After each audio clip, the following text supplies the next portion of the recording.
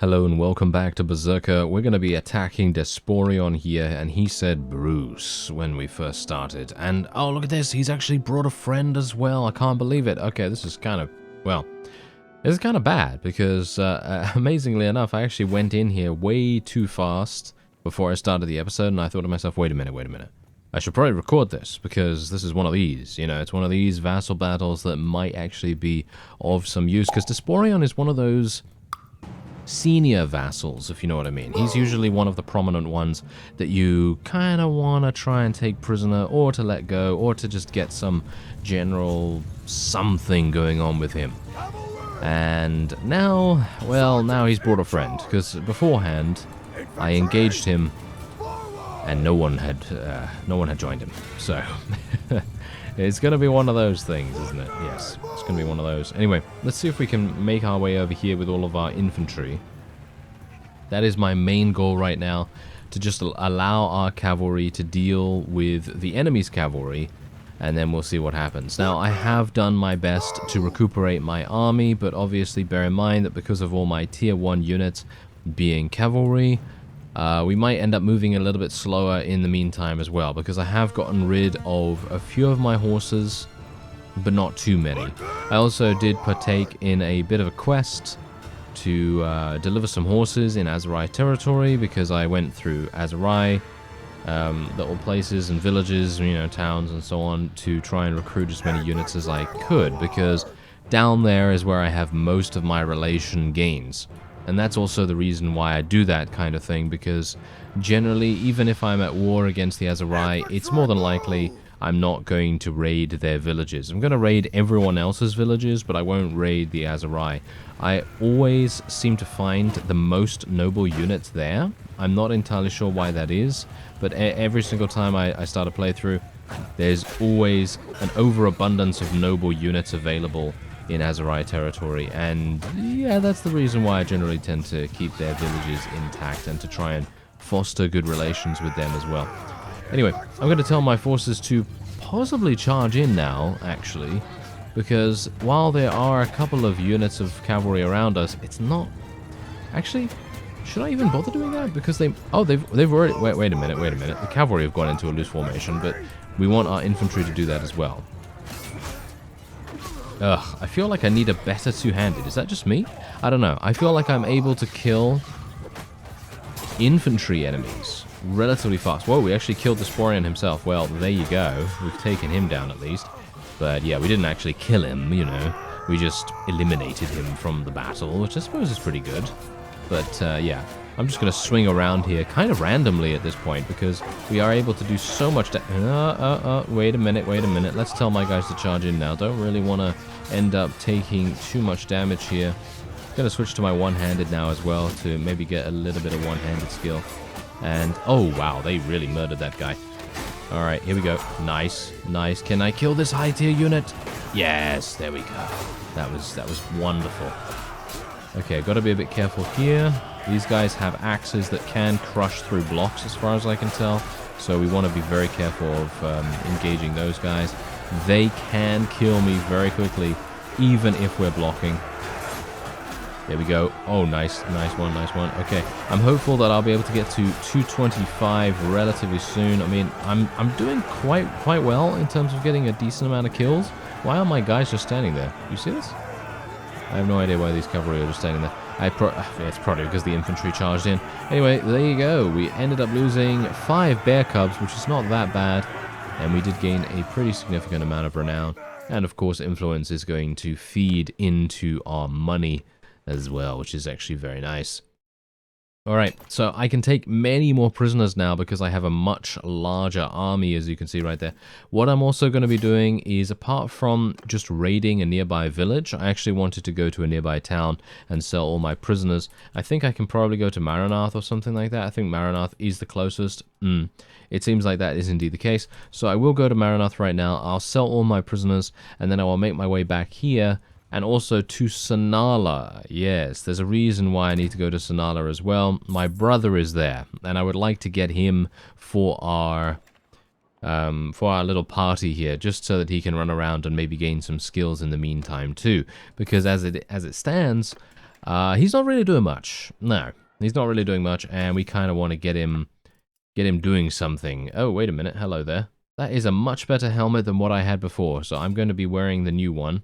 Unfortunately, we don't have any other companions to make good use of this stuff, and I do have a pretty significant amount of cash anyway, so what I'm actually going to do... yeah, I'm going to fold, and we're just going to sell all of this stuff manually. I kind of wanted to sell all, but I'm kind of a bit hesitant to get rid of this helmet, because it's quite good. It's not bad, but is there anything better here, for example? Yeah, as you can see, this is the most expensive helmet they have, and it still has one head protection less than the helm that I'd give to my brother. That's the main reason why I'm keeping this around in the first place, because I'd like to give this to our brother. Hopefully we are going to be able to get over there relatively soon. Also, we do have a lot of weapons. I should really sell some, shouldn't I? I should really sell some. So let's just do that. Why not? Let's just do that. Let's just sell a whole bunch. I haven't actually picked up many recently, so I can just sell quite a few just to get rid of a little bit. We have so many of these low tier weapons. There you go. So there's 30,000. I mean, that's pretty good, right? That's pretty good. Anyway, let's have a look at, caravan ambush. I guess we could do that. That's pretty fast. That's not too bad. I would like to purchase the... wait a minute. Is this the owner of the silversmith? This is the owner of the wood workshop and the wool weavery. Is there no one else here that actually has anything good? Okay, you know what? I'm gonna buy the silversmith from you because I'd actually like to see whether this is any good, to be honest.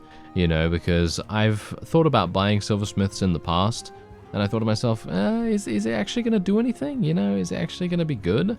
And I'm gonna see if it is gonna be any good. There isn't a silver village anywhere nearby, so it might be very costly to import that, if you know what I mean. So hopefully that's not going to be the case. Hopefully it will actually pay us quite a bit to explore some of the lesser known resources around the place. Anyway, we do have another point in scouting here, so let's get 2% movement speed on steppes and plains, or 10% sight range bonus on steppes and plains.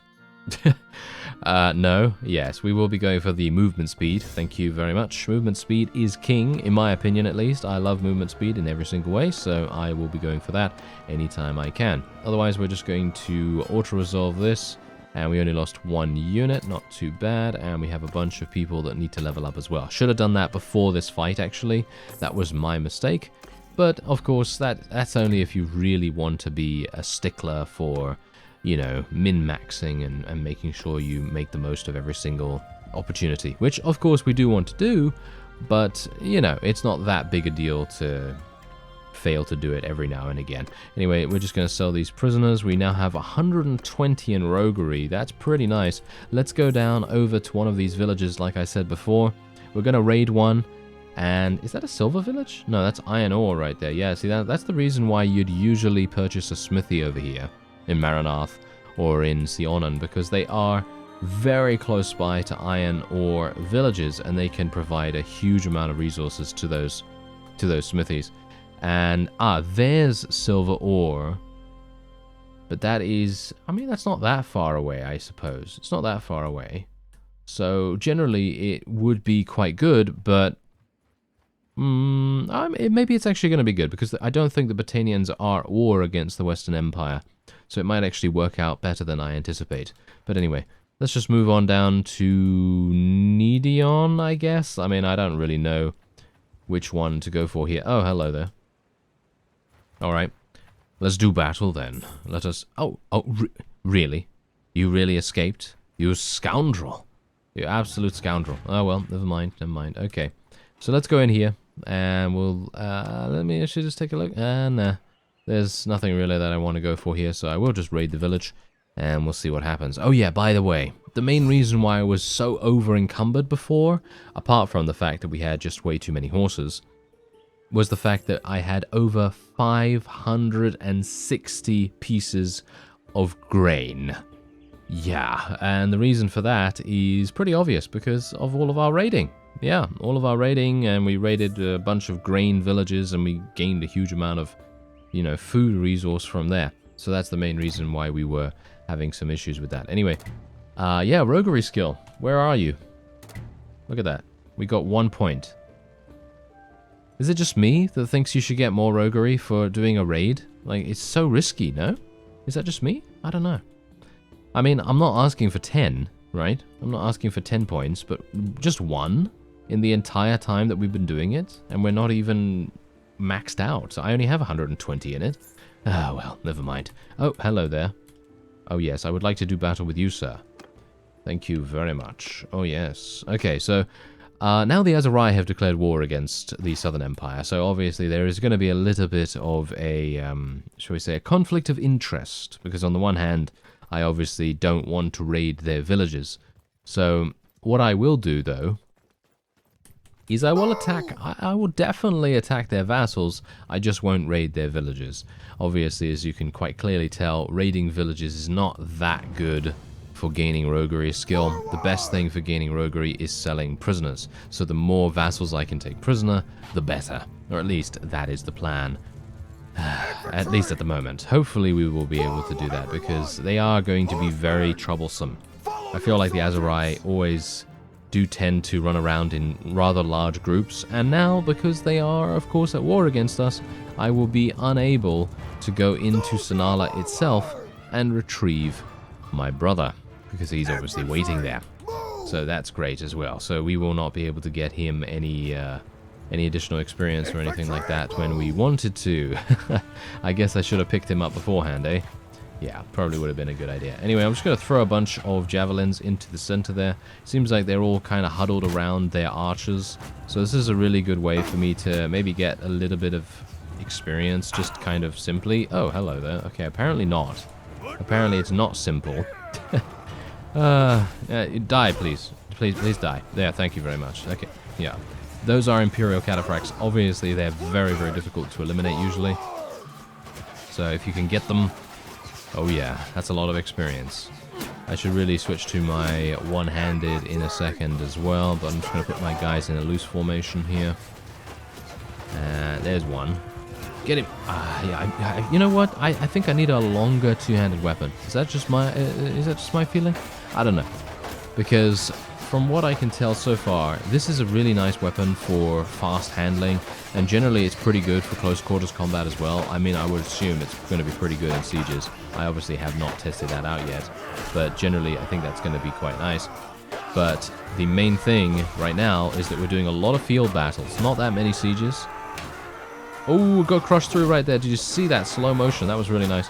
But yeah, we're not doing too many sieges, so obviously me having a longer weapon really not going to make that much difference. And if we do a siege, I do have a one-handed to help me out. And we're going to gain a pretty decent amount of one-handed skill from that as well. And let's go for some zoom time. Please don't kill me.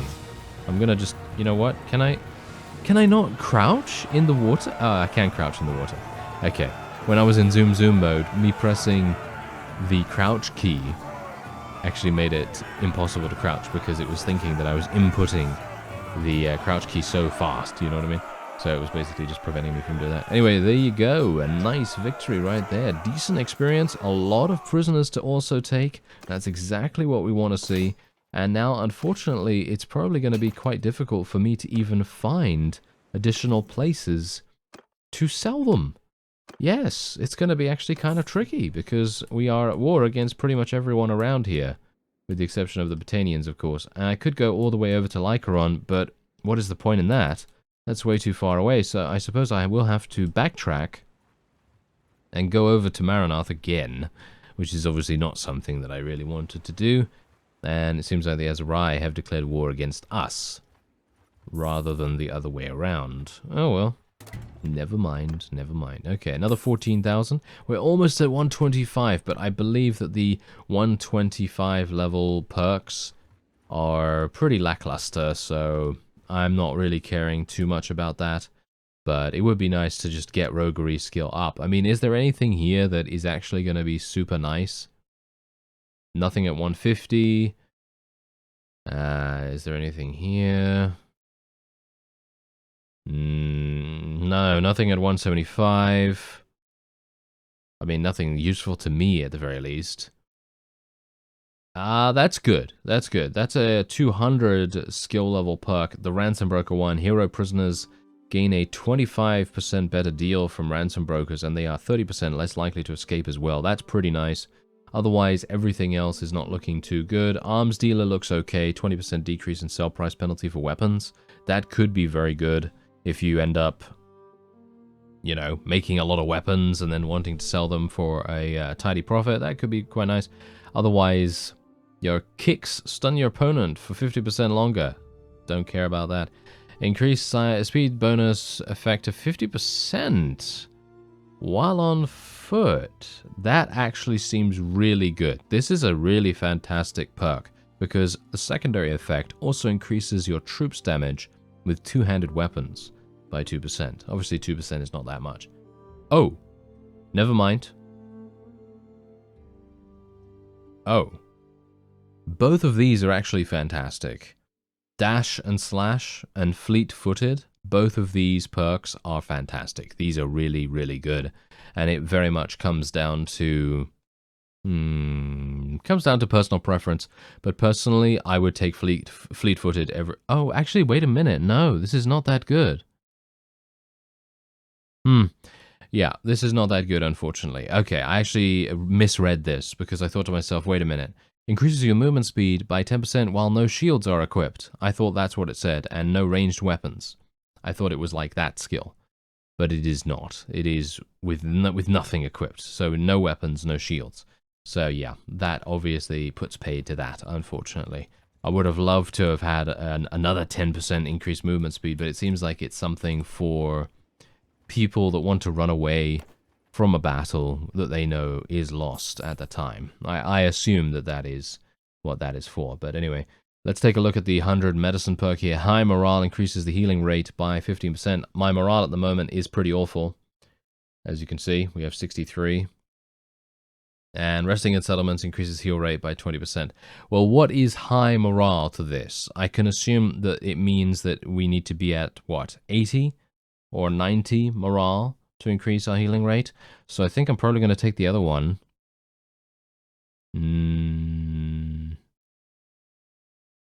Why is the secondary effect exactly the same on both of these? That's kind of weird. Okay, yeah, I'm probably going to take resting in settlements because I don't know why my morale is so low, to be honest. I mean, I'm attacking a lot of people right here. I'm not actually going to attack any merchants or caravans either from the Azerai. I will attack everything else. So if I see a Western Empire or something like that, then I'll definitely do that. Ooh, Silver Ore Village. Oh, hello there. Oh yes, I will raid that. Oh, they're actually wanting to attack. Okay, well, you know what? I'm just gonna auto-resolve that real fast. Get those guys out of there. And we'll just take all of that too. Okay, so now, this is a good opportunity for us to try and lure a couple of the Western Empire vassals over to us. And maybe then we'll get an additional opportunity to capture someone. That would be quite nice. But obviously then we're going to have to return to Maranath in the first place anyway. It's a headache, isn't it? Yeah, yes, it's an absolute headache. Oh, fantastic. There we go. We actually did get to 125. Hello, Achios. Look at you, sir. You're looking mighty fine for us to attack, potentially. I'm actually not sure about that. Oh well, anyway, let's take a look at the 125. 30% higher chance of enemy surrender. And your crime rating decreases 20% faster. Crime rating really doesn't... I mean, it doesn't affect me because I'm not playing a criminal character at the moment. I mean, I'm playing a brigand. You know, I'm playing a brigand, I'm playing a bandit, an outlaw, a barbarian, whatever you want to call it. But I'm not really playing a criminal in the same way. So I'm going to be playing with the 30% higher chance of enemy surrender. I think that could be more useful. And I think we might actually go in against Mr. Achios. Shall we see how that goes? I mean, he has a pretty significant... his combat strength's pretty good, and he does outnumber us quite a bit. Look at... He's actually... You know what? This might be really difficult for us. You know that. And I think that's the reason why I'm going to go in here. Just purely for the fact that we've had a lot of fights recently that have been quite simple for us to win. And I'd like to have something that is a bit more of a challenge. So that's what we're going to do here. I'm going to be taking the, well, shall we say, the initiative and going across this river first because, well, it's right next to our spawn point. There's no way that the enemy is going to come all the way over here. Not in a million years. And let's move my people. Let's move my people. Okay, let's get the cavalry doing an auto-delegate as we usually like to do. Bear in mind I don't have a shield, so we need to be a bit careful about their ranged weapons, although I could try to use my two-handed to deflect them. But as I've seen, a couple of people have said that it doesn't work that often. So maybe it's just a case of either getting used to it, or it's just a maybe a percentage chance or something like that. Okay. Oh, nice. Oh, that was some nice damage. That was some really, really nice damage. Nice. That was also good. 105 damage. That actually would have been a kill if I did not have the HP scaling mod installed, but I actually wanted that, you know. I wanted that kind of feeling because when you hit someone for 100 damage, let's say you hit a peasant for 100 damage, you're going to kill them. Let's say you hit a high tier unit, you hit them for 100 damage, you're not going to kill them now, you see? It kind of makes sense. Because a higher tier unit is obviously going to have more HP, in an RPG sense at least, than a tier 1 unit. So yeah, that's the main reason why I decided to do that. Anyway, let's see if I can maybe get a couple of kills with my thrown weapons. My thrown weapons have proven to be quite... not the most useful so far, because generally if I am using them, I'm kind of a sitting duck. Because my accuracy is so incredibly awful. But I am doing quite good damage. I'm doing quite good damage. My Berserkers are absolutely murdering the opponent right now. I actually killed an Imperial trained archer with a headshot, which is quite nice.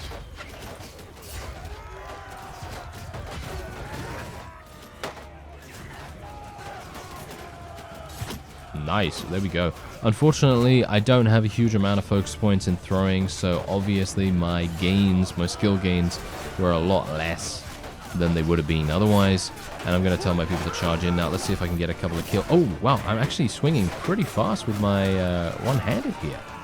This is kind of interesting. I was not seeing that I was swinging that fast in a previous fight, but now all of a sudden I'm swinging pretty quickly. Huh. I wonder why that is. Is that just because I'm just kind of getting like a placebo effect or something? I'm not entirely sure. Oh well, whatever the case. Hopefully I can get some skill points. I mean, they seem to basically be blocking me all the time. There we go, there's a kill. We're now at 225 one-handed, which is nice. We got 2 skill points for that one kill. Very nice.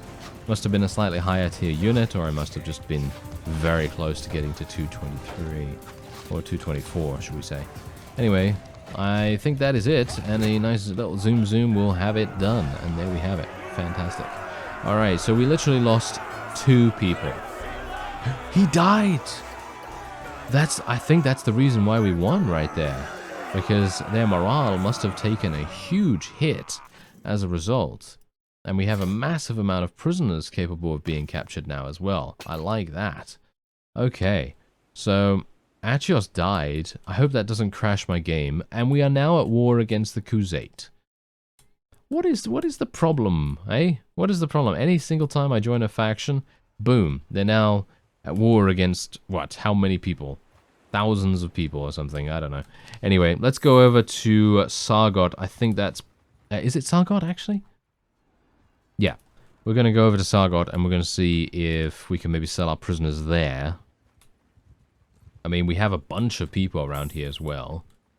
I don't really want to take the ransom offer from these people. I'd much rather go and sell that here, because that usually gives me many, many more skill points than I would have otherwise gotten. And otherwise, let's sell this. Oh, this guy does not have... ooh, that's a nice... that's a nice improvement. Yeah, so obviously I've been saying for quite some time I'd like to see how much money we're over by. You know what I mean? And that's exactly what they've done here. This is a really nice quality of life improvement, really makes a huge difference. And, well, now I know exactly how much I can sell. So we now have another 16,000. So I guess what I'm going to do is I'm just going to sell a couple of weapons. And what is that? It's a one-handed mace? Why is it 8,700? That's pretty expensive for something like that. Kind of strange. And what's this? This is a two-handed polearm. I like the bill hooks. I think bill hooks are quite fun. They remind me of bardishas a little bit. And bardishas are not really used that often in Bannerlord. Or at least I don't see them that often in comparison to Warband. Anyway, we're just going to sell a bunch more of these. And we've almost gotten rid of most of our stock. Most of our weapon stock, that is. I mean, I have so many resources for creating and smelting weapons. At least for smelting them. And we do have a pretty significant amount of iron and raw materials as well, so it's not that bad. Anyway, let's take a look here. 225 one-handed weapon proficiency. What are we going to go for? Plus 5 hit points or increasing my damage done with one-handed weapons by 5%. Personally, I think I would like to go for... This is actually kind of an interesting choice because as I have that HP scaling mod, it actually makes a big difference to take these small HP bonuses now. Because before, you just, you know, get 2 HP there, you know, 5 HP here, and so on, and it really wouldn't make a huge impact. But now that we have about 140 HP as it is, getting 5 HP on top of that actually makes a big difference. And also, of course, every single unit that I have in my army also gaining 10 HP. That is pretty significant. So I think I'm actually going to take Unwavering Defense. That's usually something I would very strongly caution against, but in this case, I think it makes a lot of sense. So let's see how that goes. Maybe it's going to come back to bite me later on, where I'm just thinking to myself, I wish I had more damage, and so on, but... yeah, we'll see. We'll see what happens. Okay. And we are now... wait, what's going on with what's going on with Akalat? Are they attempting to besiege that or something? I'm not entirely sure, but I guess I will make my way over there anyway. I mean, do I want to fight the Khuzait? I mean, that's the big question that we have to ask ourselves here, because fighting the Khuzait is going to be very, very tricky, considering they mostly have only cavalry units, and we are running around with a very immobile force of, well, infantry, and that's it. That's all we have. So I guess we'll have to see in the next episode. I thank you very much for watching, and I'll see you next time.